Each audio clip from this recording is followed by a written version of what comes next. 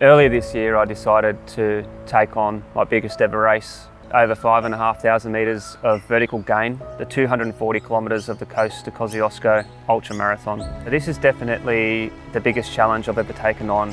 I've prepared for this race more than I have for any other event. I invite you to see what unfolded on the day.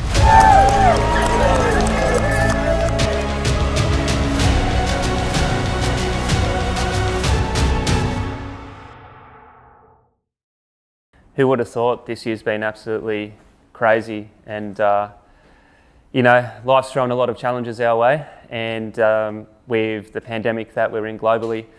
But with adversity sometimes comes opportunity. Because everything else was cancelled and the opportunity arose, I threw my hat in the ring and applied to the event directors, and I was delighted when I found out that I was one of the selected 50 people that are going to take on the race this year. You know, as soon as I heard that the race was going to be on, the first thing I did was jump on the website and check out the previous winners' times, because for me, I'm nervously excited, but I've set myself the challenge of running the fastest known time, which is 24 hours and 33 minutes. You know, and I really wanted to achieve something significant for myself and to inspire others along the way.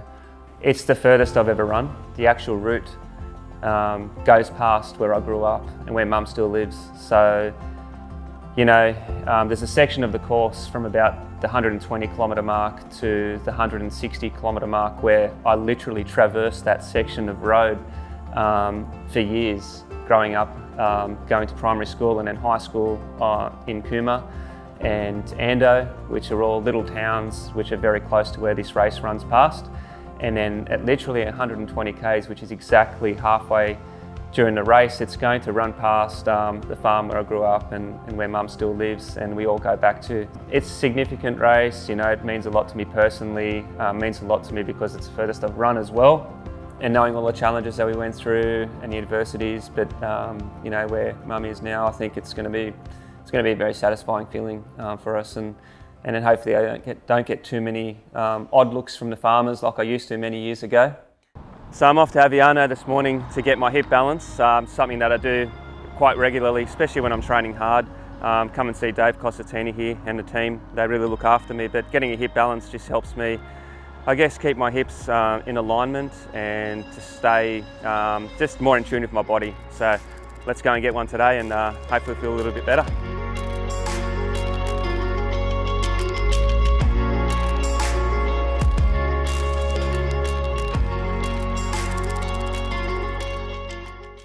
Thanks, mate. Really appreciate it. No worries.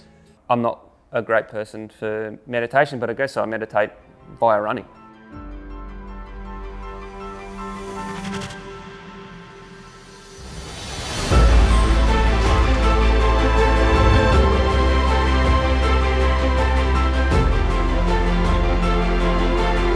It's much more real. Like if you're running and you're hurting a little bit and you're sweating and it's hard, because you know, running's hard, especially if you've been going for a long time. That's the point in time that I start thinking about, okay, I'm at this point in the race now, and actually your heart rate will just lift. It's amazing. And sometimes if you find out on a training run, you're thinking that, you know, that at a certain point in a race and you're trying to get away from another competitor or plan your next move, it's very powerful, and putting yourself in those positions when you're actually training works best for me. We're just over 2 weeks out from the race now. The hard physical training has definitely all been done. I've been working on all the mental preparation as much as the physical. I feel really ready. I actually want it to be closer to the race than it is now. But in the last few weeks, I've definitely started adding in some more unique training, which is very specific to this race. And that includes altitude training. I'm literally going into air locker in Newcastle 2 to 3 times a week and doing sessions at anywhere between 2,500 to 3,500 metres, knowing that Kosciusko is just over 2,000 metres. So when you are running in a higher elevation than where I am in Newcastle, right at sea level, it is harder. You know, so it places more demands on the body. So I'm doing everything I can to make sure that I'm ready for that. You might have heard of the slogan, teamwork makes the dream work. I definitely think that's important more than ever for this race. I've had crew and friends help me at certain ultramarathons before, but nothing like this. Logistically, there's been a lot more preparation going to preparing for this 240 kilometre race because there's no aid stations, except for one right near the beginning. Normally when you go and do an ultra, every 10 to 20 kilometers, you run into a point, you can refill, there's people there. Sometimes that'll be your crew and they will give you stuff and you can rehydrate and do whatever else you need to do. In this race, I'm gonna have 4 crew helping me on the day. So that's my wife, Cheryl, and one of my good Run Lab coaches and mates, Ben, and then 2 other really good mates. We've got Tim and Tom. Cheryl and Tim are gonna start and crew me for the first 3 hours. So they're gonna bunny hop the car in front of the runners, in front of me. I'll run to them. They will ask me if I need anything, and it'll be really quick. Get your nutrition, give me an update on how things are going. They'll go for a few hours, and then they're gonna hand over to another crew. So then Tom and Ben are gonna go and cover the next 5 hours of the race. And we've mapped this all out, so we know exactly what points we're gonna change our crew over, so it works best for us. More than any other event, this is not gonna be possible without being able to get the hydration and the support, anything else I need from them over the crazy 24 hours that it's gonna be. You know, I'll be forever grateful to them.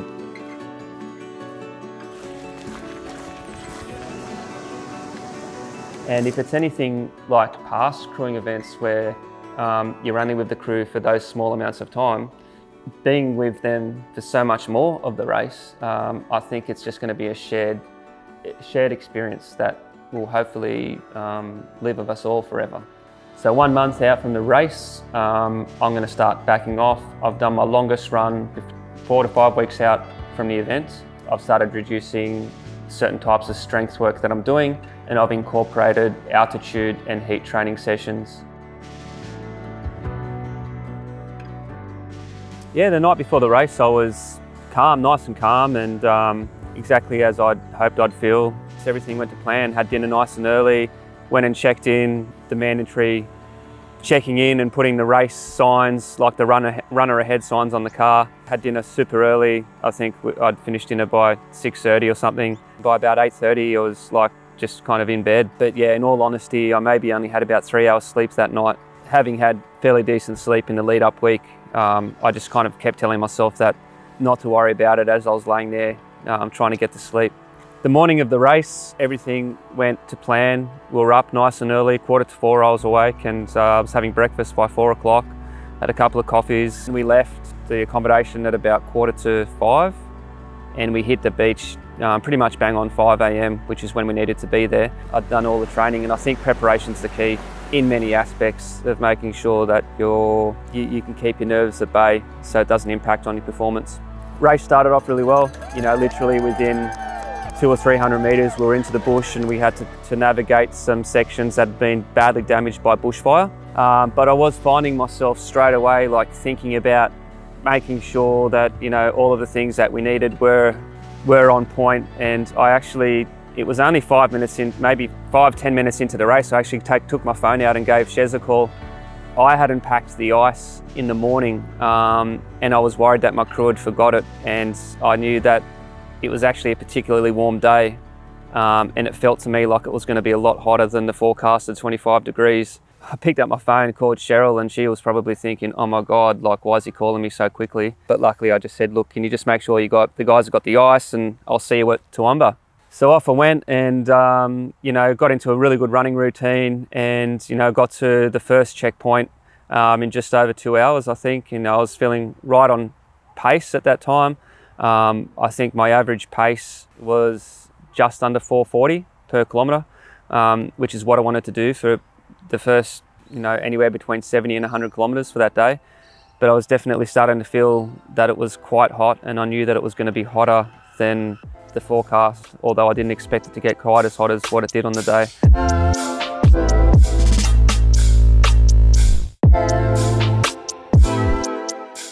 Alright guys, well yeah, we're at the first checkpoint. Vlad's probably about 3k away. He was about a k ahead of the next runner.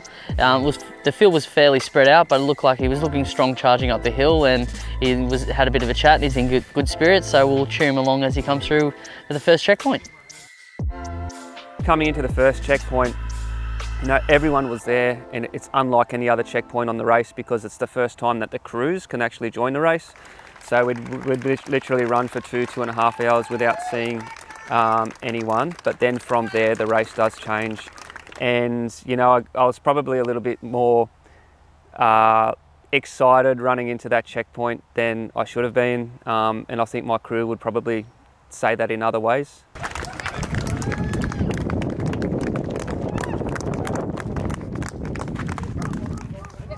Take it out. Quick, in the backpack. Do you want me to put water in there? You know, and I was kind of, you know, I was trying to make sure that I nailed everything right, but what it meant was that I was also kind of, I guess, acting like a bit of a brat in terms of saying, you know, where's this, where's that, have you got this ready, have you got that ready, and all along, like my crew was all over it, but I was just really trying to make sure that everything was going to be okay for the sections of the race that were coming up. So I ran out of Toowoomba feeling pretty strong. I had a short lead, I'm not sure how far. It was one of the difficulties of the day was, and I shouldn't have let it get to me so much, but because I was struggling more than I wanted to, even from that first checkpoint onwards, I was finding myself trying to guess or at least get some information on how far in front I was on the day. He probably had 400 mils, for instance. Yeah. So he's had 400 mils at this point with towing. We should write that down as well. Yeah, he's doing well. He's bang on time. He's bang on where he wants to be. So, and he's looking strong. He's focused. He was a bit stressed going to the first checkpoint. I think, not stressed, but just the adrenaline running through with lots of people and just wanted to get in and out. So, but he's back into his flow and he's a little bit more relaxed now. He's had some solid food. He's had, he's probably had about 800 mils of tailwind, probably 300-400 mils of water. So he's on, as far as his nutrition plan, he's pretty much bang on, but he's ticking along well, and yeah, can't much. It's 36k in, so it's still a long way to go, but at least his head's in the game and it's where it needs to be. Yeah, how's the rest of the crew feeling? Yeah, it was all good. I think it's always a bit stressful when he's like, give me this, no, I don't want this, I want this, and it's a bit crazy at times when you're rushing through the checkpoints, but overall, we're all here for him and we'll just give him what he needs, and most importantly, he's got a plan. We've got to make sure he sticks to the plan, because if he starts deviating too much, that's when you can get, bad things can happen. Yeah. And then if he's not as stressed anymore, would you say he's in his green zone now? Yeah, he's back in his green zone. I think he sort of realised leaving the checkpoint that he probably was teetering out of that zone a little bit, and in the last few Ks or 10 Ks he's got back to his rhythm and identified, okay, well, next time I get to that checkpoint I've got to be a bit more relaxed and say I'll go through the motions and the process. Yep. How are you personally feeling? Excited, good. It's early days now. It's I'm technically just here, just waiting to take over from the main crew point, but just following up and make sure that he's got what he needs, and the other crew all supported, and yeah. Beautiful. Gonna get some coffee and boom. Rest up.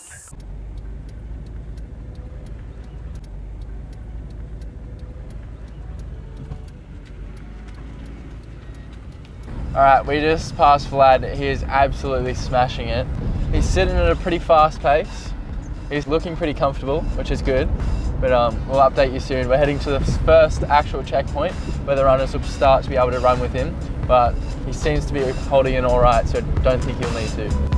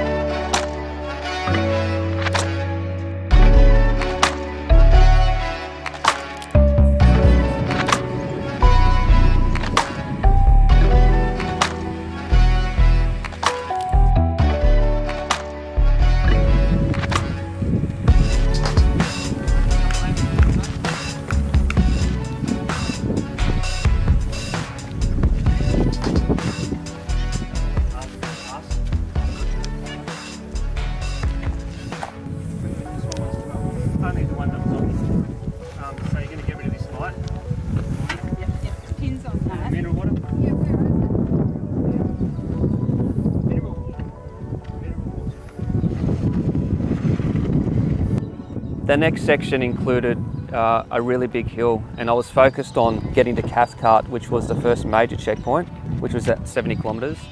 and we had to go up a really steep dirt road. It's called Big Jack Mountain. It's maybe 5 or 6, maybe 7 kilometres long, and it was starting to get really hot, and it was quite sheltered in there. At that particular point there was not really much wind at all, and it was literally walk, run, getting up that mountain. And you know, I was actually starting to feel sore already at that point, and it was getting to me, and I found myself constantly going back to my traffic signals. You know, I felt like I was going into that orange section a lot more than I should have, knowing that I had so far to go, and that was playing on my mind. But you know, the biggest thing for me at that point was that my heels and the shoes that I was wearing seemed to be aggravating me and hurting me more than they should have, because I was wearing different shoes to what I would normally wear, although I had tested them for many months in training. You know, there's nothing that can replicate a 200 training run, or even a 50-kilometre training run, as to when you actually go and race it, because you know you're going faster, you know, and everything's on the line. But I just focused on getting to the top of that Big Jack Mountain, and then as soon as I saw my crew there, I asked them to give me some new shoes, and they were really good. You know, the guys, Tim and Cheryl, jumped out of the car. They were doing everything they could, and to make sure that I could change as quickly as I wanted to. I put on some shoes and, you know, got running again very quickly, but I lost a bit of time there. And then honestly, it was within 5 minutes of changing the shoes that I decided that those shoes weren't going to be right either. And so I saw my crew again, you know, 10, 15 minutes later, and I again asked them to change shoes, which we did. And the shoes that I then put on stayed with me for the rest of the day. And then my feet stopped being an issue, but you know, after maybe another half an hour, but it was, you know, definitely quite painful there for about 60 kilometres.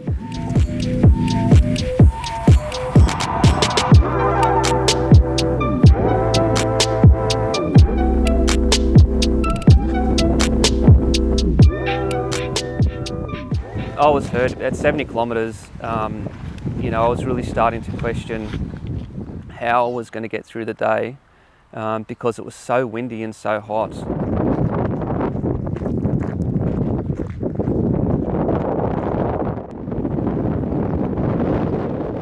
We got up to the top of that Big Jack Mountain coming into Cathcart and started running on the big open roads, and the headwind was just ridiculous. Like it would have been at least 50 kilometres an hour in certain sections, and I guess the issue was that I knew that was going to be with us all day. It was a westerly, and we were running into the westerly for the entire day.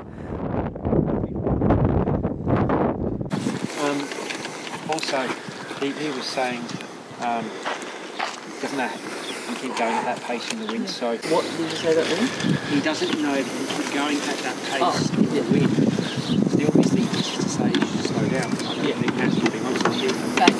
I think this is the guy that they're worried about.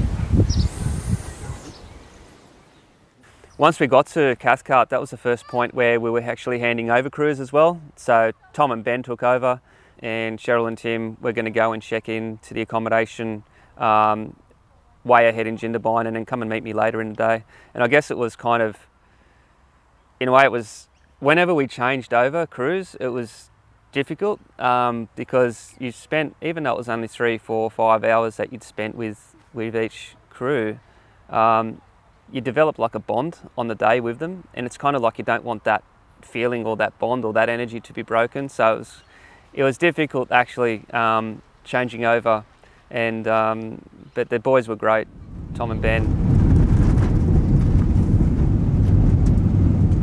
So we just passed the 80-kilometre mark, and the gap between Vlad and the second runner is starting to narrow a bit. Vlad grew up around here and he used to run around these tracks, so we're going to go visit his mum after the third checkpoint, where she still lives and where he grew up, and see what she has to say. You know, some of the towns I hadn't been to for ages, and I remember running past Bib and Luke, and that's actually a school where we used to travel to for sports days from our other school, which was just up the road. So we had like 9 people in our school, and there was maybe 10 people at Bib and Luke or something like that. So, you know, we then had like enough to create a couple of sports teams, but it was a bit of flashbacks there as I ran past little school where I used to play t-ball and whatever other sports we had there. Once we hit the bitumen road, I started feeling Much better. Like, you know, I'd settled into a better routine, and I was running on the tarmac, and even though it was hot, I was in a really good rhythm. And I knew that coming up ahead was 120 kilometres, marking the halfway point of the race, and I was actually going to see my mother. I didn't even know this sort of race existed, to be honest with you. It seems like an extreme sports event, and he's in it, so it's amazing. He was into everything. Very active little fellow. Did you do a lot of running? No, not actually. He hadn't discovered that ability at that stage. He loved playing cricket, chopping wood, and chasing around with a ball with his brothers, So when did you discover running? I think it came about once he hit Canberra Grammar. They had a very good sports program, and it opened up all sorts of possibilities for him. He started off, first of all, with the swimming program, and he realised that he had an ability in the field of sport, and then went on to try different sports from that time on, when he was about 17 or 18. And he progressed on to the field of running. Sure enough, we got up another big hill, and you run into the big wind farm there, and over the ridge, and their mum was waiting just near Bungabi Road there, and I probably took her 2 or 3 minutes there to say hello to mum, and I gave her a little Christmas present, and it was just a really nice moment actually. Vlad!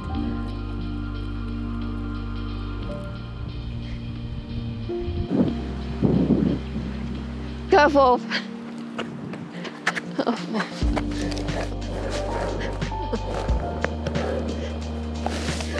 Better have something. Here. What's this? Christmas present. Oh, Wolf. You be all right, Ted? Yeah, it's hot and windy today. You should have done it tomorrow. It's going to rain. Yeah, well, people will be still doing it tomorrow. But anyway, once the sun goes down, to another hour, get to Dalgety, I'll be alright. You know? Are you going to something? You right? Yeah, no, good. Yeah, well, when I got to Cathcart, like at 70 k's, I was like, fuck, I don't know how I'm going to keep going, because I've had sore feet. Right. And then Are they swollen or blistered or? just sore heels and stuff. Okay. And then I'm cramping, like, because it's so hot. I better keep going. Right? I know you do. Yeah. Keep moving. Merry Christmas. I'll see you soon. Right. Lovely to finally meet you.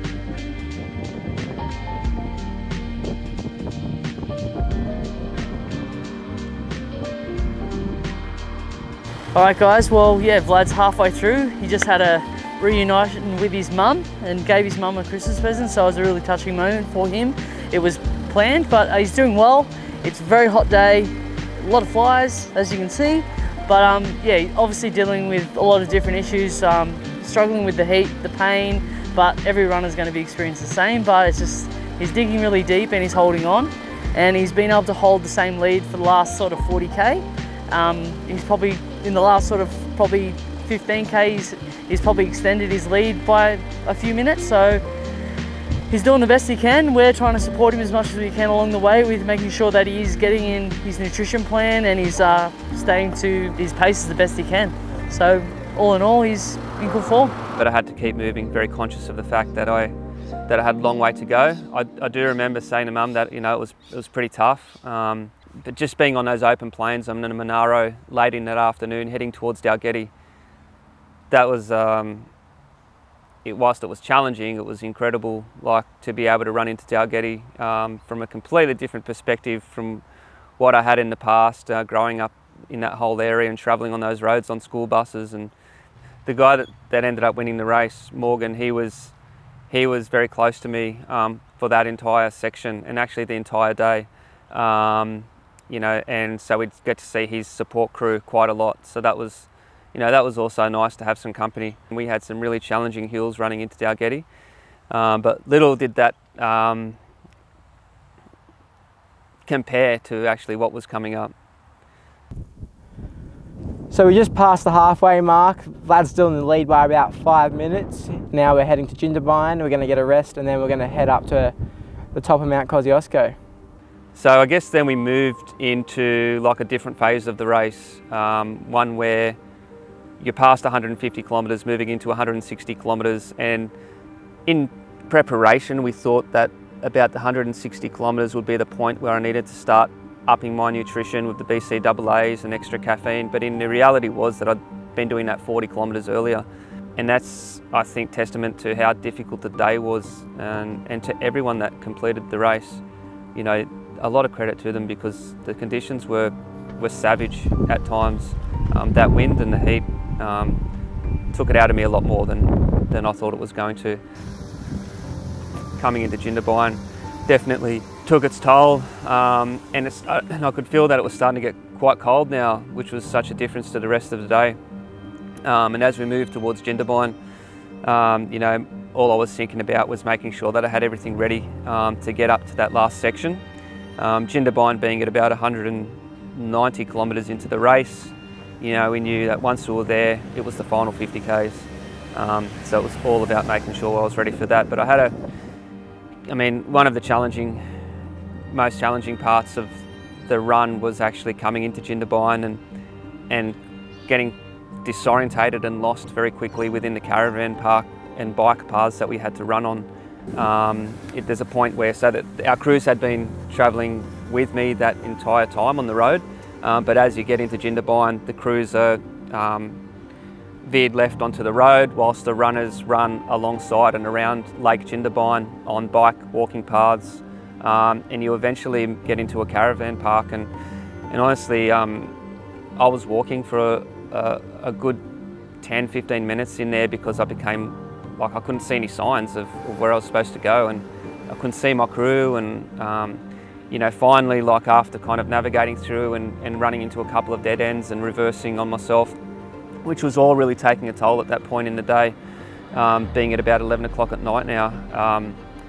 Finally, just out of the corner of my eye, I just happened to look back and up to my left, and I saw a couple of cars, and I thought, well, maybe that's my crew. And we got there, and Morgan's crew, I think there was a bit of discussion there about where do we go and which way do we go, and some, you know, people were telling us to go one way and other people were telling us to go another way, and I did take the time to get changed into long tights and like a beanie and gloves and that type of thing there, which I'm very grateful for, but it did cost me a lot of time because it was so difficult. Like I was so fatigued in my legs that, you know, sitting down and just even getting those tights on, you know, it probably took a good 5 to 10 minutes, and actually it's the point in the race where I actually lost the lead, and coming out of there, heading up towards the finish line, I knew was going to be the most difficult section of the race, and it was.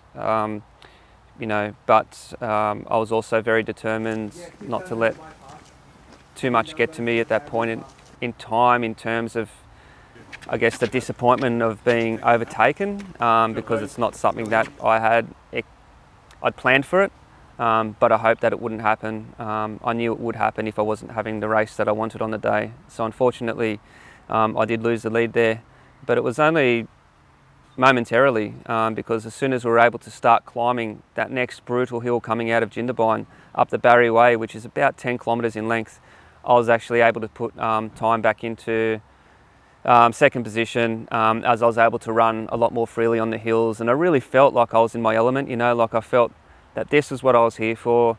The hills are what I'm good at. I was running up them mostly, taking some walk breaks. We're now 160 Ks in. Vlad's, I think he's about 25 minutes in the lead, which is super impressive. CMOB team have had about 2.5 hours of sleep in the last 40 hours, so we're all losing it.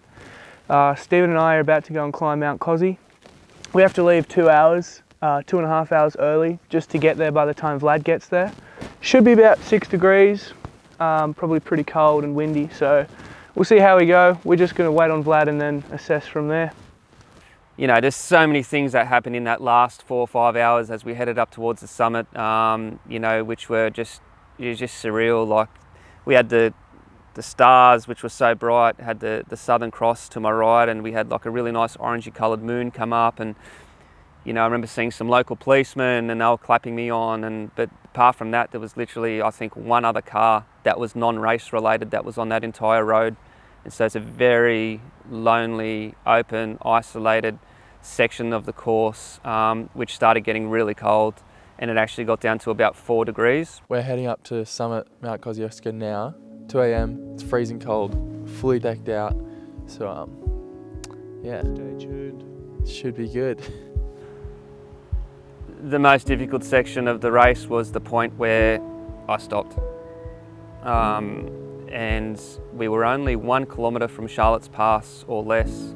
So we're talking, it was 214, 215 kilometres into a 240 kilometre race. And you know, I don't really know exactly what I was saying or doing at that point in time at where I stopped, but there was a point where, you know, one moment I was feeling like all I was thinking about was making sure the guys had my summit pack ready, because you need to take mandatory gear up once you start the final 9 kilometres up and back where the road ends. But I literally couldn't move, and within an instant, and all I can say is that I went into a shutdown.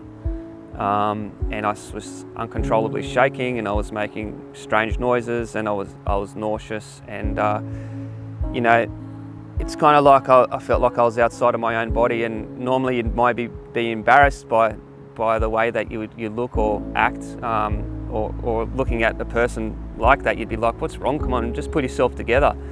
I knew at that point in time that I wasn't going to hit the race record, but you know, this still definitely wanted to finish the race. And you know, I think one of the first things that the guys were able to get out of me was that I wanted Cheryl, and she was just up the road with Tim. They were waiting for me, and they drove down, and they were there within seconds, and they actually bundled me into a car. I couldn't move. They carried me after I'd sat down on the road in this chair. We had the heaters on full ball. I sat in there, I'm not sure for how long. Cheryl was talking to me, and I was just trying to work out how I could just rest so that I could just finish the race the next day, or in 5 or 6 hours after having a rest. But literally within, like, just as I kind of warmed up and felt a little bit better, like there was just no way that I could physically move unsupported that final 20 plus kilometres, and I had to make the decision to pull out. And whilst it's disappointing, it's more frustrating really than anything.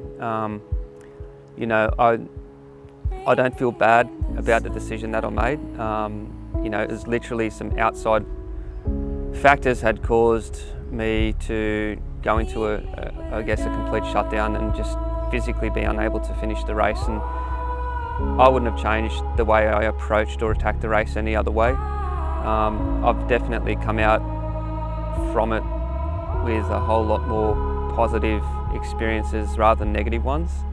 And it's just the way things go. You know, when you are going for a significant achievement like that, you know, it's such a fine line, and sometimes it's just not going to work if you're pushing yourself to that limit.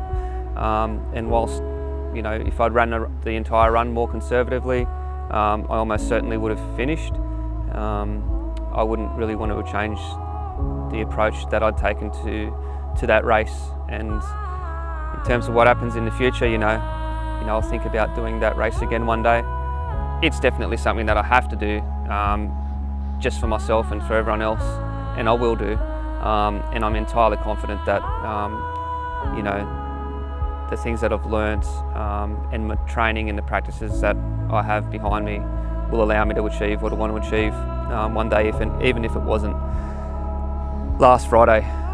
That was a challenging day. At the end of the day, just the support the genuine support from the running community has, you know, shown me that the effort's definitely worthwhile, and that it does inspire and help others in their own way. I can't thank the crew enough for sacrificing their time, but it's just such a difficult job being a crew on a race like that, especially when you don't get the prize at the end, which, you know, they would have really been looking forward to. I'm sorry that they kind of come away, I guess, empty-handed, but hopefully enriched in other ways. And yeah, look forward to supporting them one day on one of their crazy adventures. And I look forward to getting out there and having another crack at an FKT very soon. It's 2:30 in the morning on the 6th of February 2021. I'm at Tomaree National Park and there's absolutely no one around. It's very peaceful, but I'm about to take on this epic challenge of running an Everest.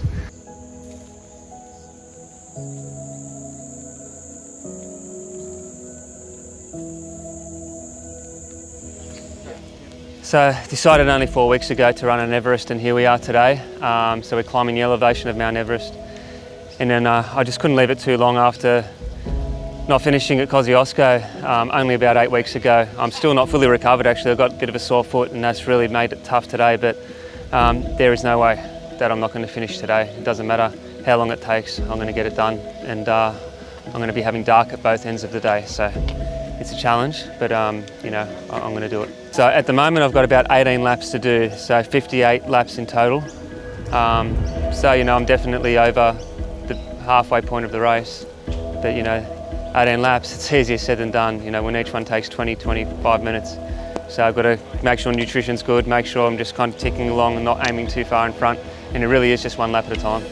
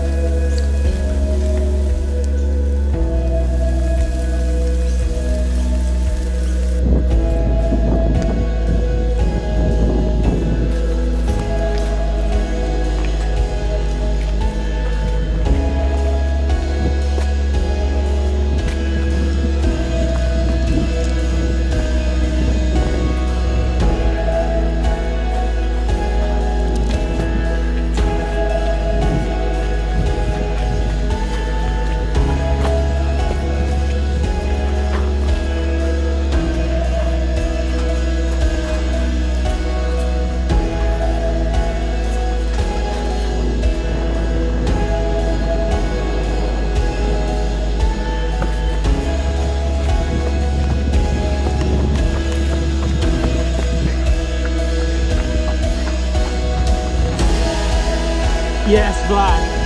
You fucking legend. You absolute legend. You punished that.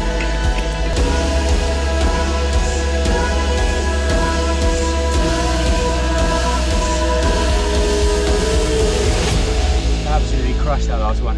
Holy shit.